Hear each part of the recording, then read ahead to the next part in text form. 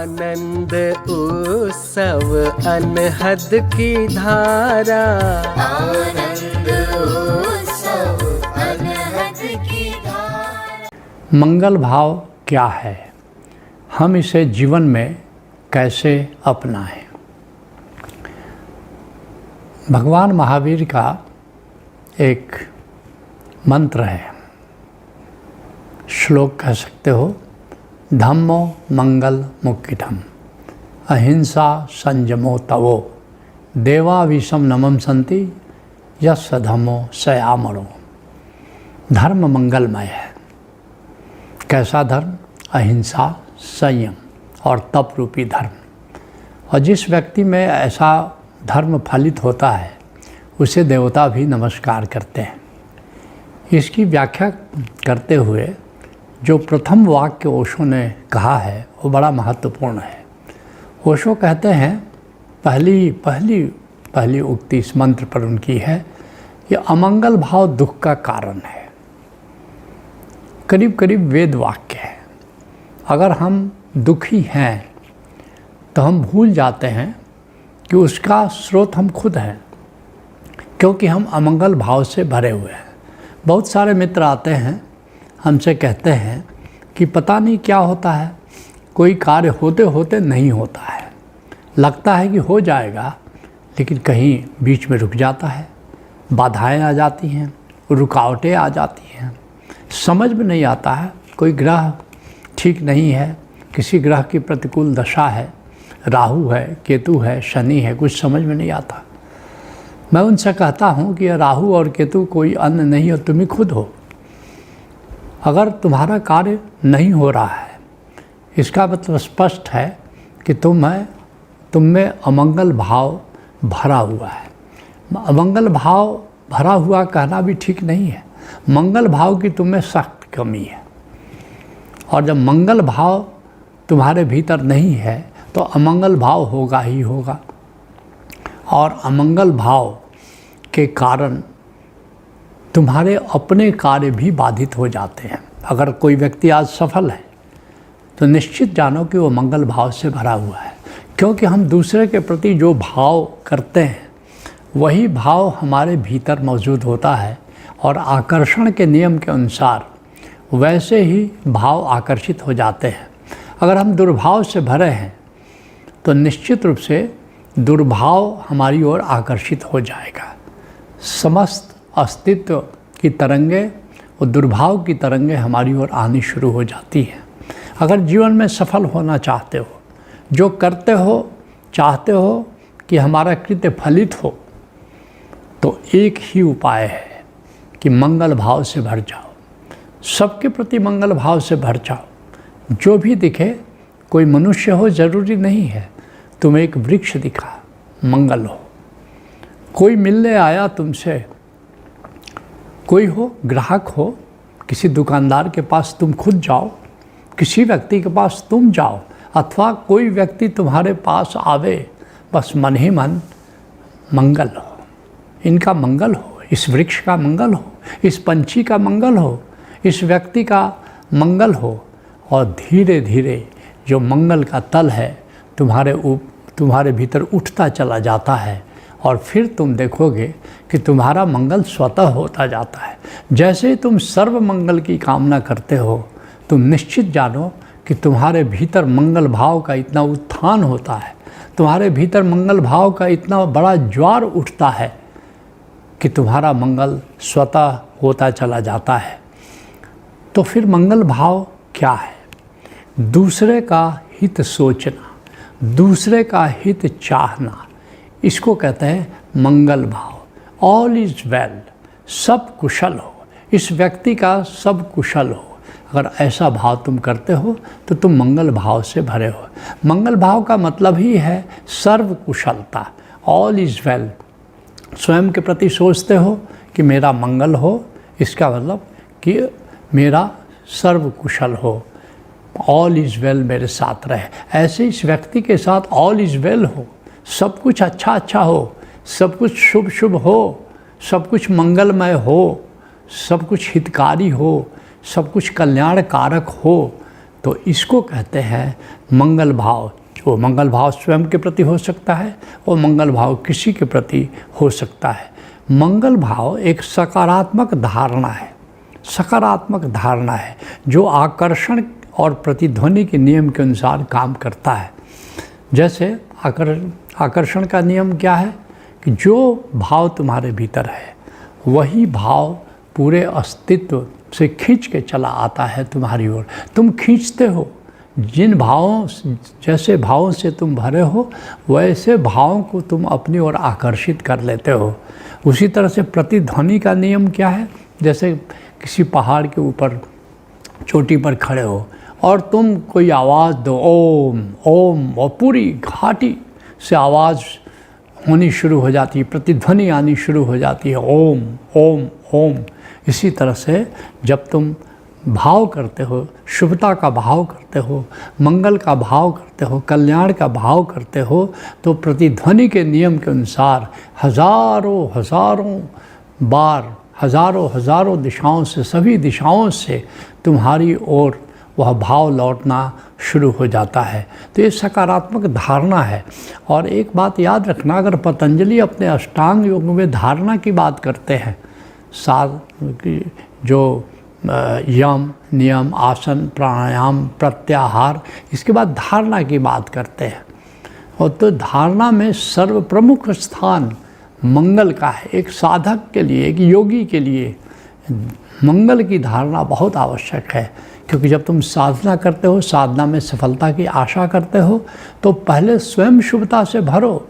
गौतम बुद्ध अनायास नहीं कह रहे हैं कि सबका मंगल चाहो, क्योंकि इसी मंगल चाहने में तुम्हारा मंगल होगा, और जो तुम साधना कर रहे हो ये शुभता की ओर जाएगा, सफलता की ओर जाएगा। इस बात को हमने समर्थ गीता में लिखा है, साक्षी रहकर मौज कर, याद रहे सतनाम। हमेशा एक साधक को साक्षी होकर के जीना है। साक्षी क्या है? आत्मस्मरण में जीना साक्षी है। अर्थात तुम जो भी कर रहे हो तुम्हारी आत्मा उसकी साक्षी है। आत्मस्मरण में रहो। एक तरह से ऐसे भी कह सकते हो कि जो भी कर रहे हो अपनी आत्मा को भी उसमें इन्वॉल्व करो। केवल अपने शरीर को इन्वॉल्व मत करो, केवल मन को इन्वॉल्व मत करो, केवल हृदय को इन्वॉल्व मत करो, बल्कि अपनी आत्मा को भी इन्वॉल्व करो।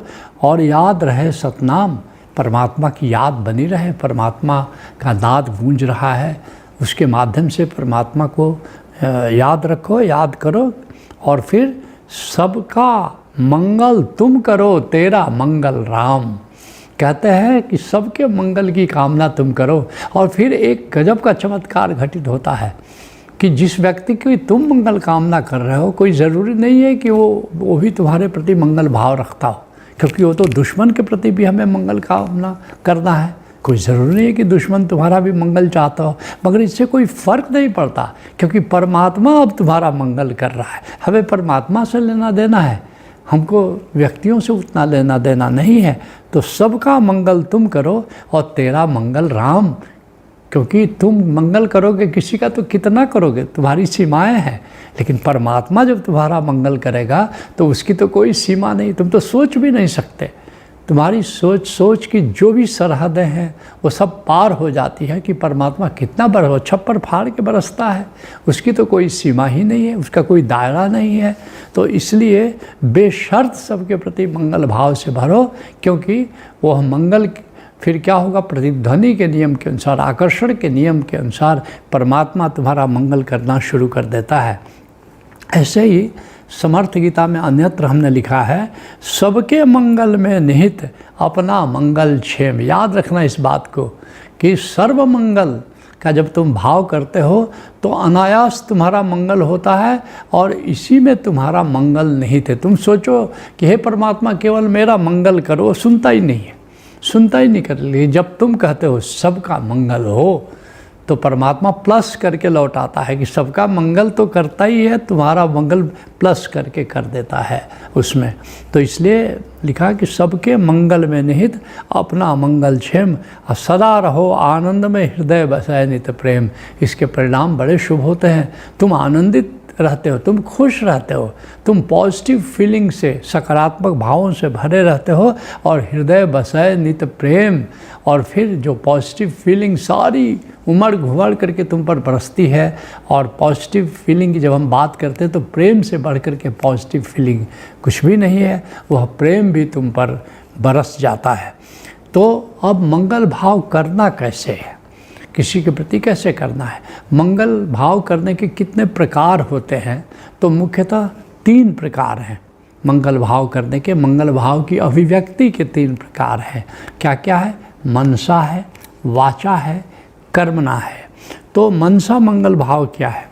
मनसा मंगल भाव है कि मन ही मन, बोलने की ज़रूरत नहीं है, जिससे भी तुम मिलते हो, वृक्ष हो, पंछी हो, मनुष्य हो, कोई भी मुलाकाती आता है या तुम किसी के से जा कर के मुखातिब होते हो, उससे मिलते हो, तो क्या करना चाहिए? गौतम बुद्ध अपने भिक्षुओं को कहते हैं कि जो भी मिले भिक्षुओं, उनका मंगल कामना करो, उस सामने वाले की मंगल कामना करो। तो कभी आनंद ने पूछा कि भगवान, क्या हमारे मंगल कामना करने से उस व्यक्ति का मंगल हो जाता है? गौतम बुद्ध कहते हैं उस व्यक्ति का मंगल होता है कि नहीं होता है, प्रश्न ये नहीं है, तुम्हारा मंगल अनायास हो जाता है, तुम्हारा मंगल होना शुरू हो जाता है। तो मन ही मन, इसको मनसा मंगल भाव कहते हैं कि मन ही मन उसके मंगल की कामना करो।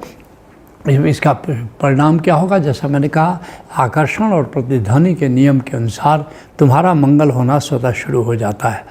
दूसरा मनसा क्या है कि किसी की सेवा करने में, किसी के परोपकार करने में रस लो। अधिकतर तो लोग किसी का परोपकार देखते, किसी का भला हो रहा है तो ईर्ष्या से भर जाते हैं, द्वेष से भर जाते हैं, अमंगल भाव से भर जाते हैं। नहीं, किसी का सुनो, खबर सुनो कि अच्छा हुआ, इस व्यक्ति का बड़ा अच्छा हुआ, हाँ परमात्मा बड़ा अच्छा हुआ। तो इस तरह से खबर सुन करके और कहीं पर ये करके तुम्हारे भीतर अगर एक अच्छा भाव, शुभता का भाव अगर पैदा हो रहा है तो ये मनसा मंगल भाव है। किसी के बारे में अच्छी खबर सुन करके, उसका बेटा बहुत बढ़िया रिजल्ट हुआ था, बहुत बढ़िया नंबरों से पास हुआ, और तुम्हारे भीतर कुछ निगेटिव उत्तेजना आई कि इतना तो अच्छा नहीं था पढ़ने में, पता नहीं कैसे ये लोग कर, अब देख लो, अब अनायास तुम अमंगल भाव से भरे। भाई अच्छा रिजल्ट तुमने सुना, वो मिठाई खा रहे हो, उसका खिला रहा है मिठाई, और कहा कि होगा मगर इतनी भी अच्छी खबर नहीं जितना ये दिखा रहा है। नहीं, तुमको हे परमात्मा, जैसे इसका मंगल हुआ वैसा ही सबका मंगल हो। और फिर तुम्हें एक अपॉर्चुनिटी आई थी, तुमने उसको यूटिलाइज़ कर लिया। तो एक जहाँ भी किसी का भला होता हो उसके प्रति एक पॉजिटिव फीलिंग रखो, क्योंकि बड़ा अच्छा हुआ, बड़ा शुभ हुआ, सबका ऐसे ही हो। इसको आनंद गीता में हमने लिखा है, सबका मंगल सोचो प्रतिपल, मंगल के गीत सदा गाओ। हर व्यक्ति के प्रति मंगल भाव रखो और सबका मंगल, सबके प्रति मंगल भाव से भरे रहो। तो ये है मनसा मंगल। अब वाचा मंगल क्या है? अब बोल करके सबके लिए मंगल भाव को व्यक्त करो, क्योंकि जो तुम बोलते हो फिर वही तुम सोचते हो, फिर वैसा ही भाव तुम्हारे भीतर विकसित हो जाता है। तो बोल करके देखो, उपनिषद के ऋषियों को देखो, जो भी उपनिषद शुरू करते हैं वो मंगल कामना से शुरू करते हैं। और उपनिषदों का ये प्रसिद्ध जो मंगल कामना है, इसको तो तुमने सुना ही होगा, क्योंकि इसको कई बार हम अपने दरबार में भी दोहराते हैं कि सर्वे भवन्तु सुखिनः, सभी सुखी हों, सर्वे सन्तु निरामया, सभी स्वस्थ हों, और सर्वे भद्राणि पश्यन्तु, सब सज्जन हों और समृद्ध हों, और माँ कश्चित भाग भवेत, किसी को किसी प्रकार का दुख नहीं हो। देख रहे हो उपनिषद के ऋषियों को कितने मंगल भाव से भरे हैं। तो ये बोल करके भी कि सभी का मंगल हो, कभी कभी बोल करके कहो कि सभी का मंगल हो, हे परमात्मा सबका मंगल हो। तो इस तरह से बोल करके भी अभिव्यक्त करो अपने मंगल भाव के, क्योंकि अगर बार बार रिपीट करोगे, बार बार बोलोगे, तो ये तुम्हारे सबकॉन्शियस तक जाता है और तुम्हारा सबकॉन्शियस भी मंगल भाव से भर जाता है। तो ये दूसरा है कि वाचा मंगल भाव। तीसरा है कर्मणा मंगल भाव, कर्मणा मंगल भाव ये सर्वोत्तम है। कर्मणा मंगल भाव, कर्मणा मंगल भाव क्या है कि आप परोपकार करो, सेवा करो, संसार की सेवा करो, गुरु की सेवा करो और गोविंद की सेवा करो। सेवा भाव रखो, परोपकार करो। गोविंद की सेवा क्या है? अब गोविंद के कार्य में सहयोग करना गोविंद की सेवा है। जैसे मान लो पंछी हैं, पंछी को दाना पानी का इंतज़ाम करना किसका दायित्व है? गोविंद का। अब तुमने पंछियों के लिए सुबह सुबह ताज़ा पानी रख लिया पीने के लिए। तुम जानते हो पंछी भूखा कोई नहीं मरता है, लेकिन प्यास से मर जाता है। ये हम भूल ही जाते हैं। जैसे गिलहरी है, अब गिलहरी को पानी चाहिए पीने के लिए। अब कोई पंछी है, उसको पानी चाहिए। और यहाँ तक कि तुमको मैं बताऊँ, ये जो ततैया है, जो बिरने जिसको कहते हैं, आहाड़ा जिसको कहते हैं, अब जहाँ वो पानी खोजती है, जरा सा पानी की 2-4 बूंद भी कहीं हो तो बैठ करके पानी पीती। कभी वाच करना, देखना, उसको पानी मिलता नहीं है और पानी के बिना, प्यास के बिना मर जाती है। तो ये तुमने अपने दरवाजे पर, घर के दरवाजे पर या अपने बगीचे में या अपने लॉन में कहीं ताज़ा पानी रख दिया, रोज़ इसको बदल दिया, तो कितने पंछी आते हैं और कितना पीते हैं और कितना उनका भला होता है। और इस तरह ये गोविंद की सेवा है, ये गोविंद की सेवा है कि गोविंद की सृष्टि में जो भी है उसके लिए कुछ तुम कर रहे हो। ऐसे ही गुरु के कार्य में सहयोग दे रहे हो, गुरु के कार्य का, उसके मिशन का मंगल कर रहे हो, संघ का मंगल कर रहे हो, तो कितनी बड़ी सेवा है ये। अब क्रिया में, ये कर्म में एक तरह से तुम मंगल भाव की अभिव्यक्ति कर रहे हो। तो ये बात है कि अपना कर्मणा, परोपकार के माध्यम से सेवा कह लो, परोपकार कह लो, तो ये सभी संतों ने इसके लिए अनुमोदन किया है कि हम अपने ज़िंदगी का एक बड़ा हिस्सा, अपने समय का बड़ा हिस्सा परोपकार में व्यक्त करें, सेवा में व्यक्त करें। ये परोपकार और सेवा मंगल भाव का ही क्रियात्मक रूप है जो हमें करना है। इसलिए सभी संत कहते हैं, लेकिन 2-3 संतों का मैं उदाहरण देना चाहूँगा। कबीर साहब क्या कहते हैं? तरवर सरवर संत जन और बरसता में। तरवर का मतलब वृक्ष हुआ, सरवर का मतलब सरोवर हुआ, और संत जितने संत होते हैं, और बरसता हुआ बादल। ये देखते हो परमारथ के कारण चारों धरिया दे। ये चारों ने शरीर किस लिए धारण किया हुआ है? ताकि हम परमार्थ कर सके, हम अपने कर्मों से लोगों का मंगल कर सके। इसी तरह से गोस्वामी तुलसीदास क्या कहते हैं? परहित सरिस धर्म नहीं भाई। दूसरे का मंगल करने से, दूसरे का हित करने से, दूसरे का कल्याण करने से, दूसरे की सेवा करने से, इससे बढ़कर कोई पुण्य नहीं है, इससे बढ़कर कोई धर्म नहीं है। अब पर पीड़ा सब नहीं अधमाई। और दूसरे के प्रति अमंगल भाव भरने से, अमंगल भाव से भरना, दूसरे का कुछ बिगाड़ने की सोचना या दूसरे को कष्ट देना, पीड़ा देना, इससे बढ़ कर के कोई नीचता नहीं है, इससे बढ़ कर कोई पाप नहीं है, कोई अधर्म नहीं है। महर्षि व्यास जिन्होंने सारे वेदों और उपनिषदों की रचना की, क्या कहते हैं? 18 पुराणेषु व्यासस्य वचनम द्वयम। 18 पुराण में महर्षि व्यास ने 2 ही बातें कही हैं। क्या? परोपकाराय पुण्याय पापाय परपीडनम। परोपकार से बढ़कर, अर्थात अपने कर्मों के द्वारा दूसरे का मंगल करने से बढ़ कर के कोई पुण्य नहीं है। और पापाय परपीडनम, दूसरे का अमंगल चाहने से, दूसरे को पीड़ा देने से बढ़कर कोई पाप नहीं है। तो अगर आप चाहते हैं सुखी होना, आप चाहते हैं सफल होना, आप चाहते हैं आनंदित होना, खुश रहना, तो फिर एक ही तरीका है जो हमेशा कारगर होता है, कभी फेल नहीं होता, वो है सर्व मंगल भाव से भरे रहें, तो आपका मंगल तो स्वतः ही हो जाता है। आनंद उत्सव अनहद की धारा।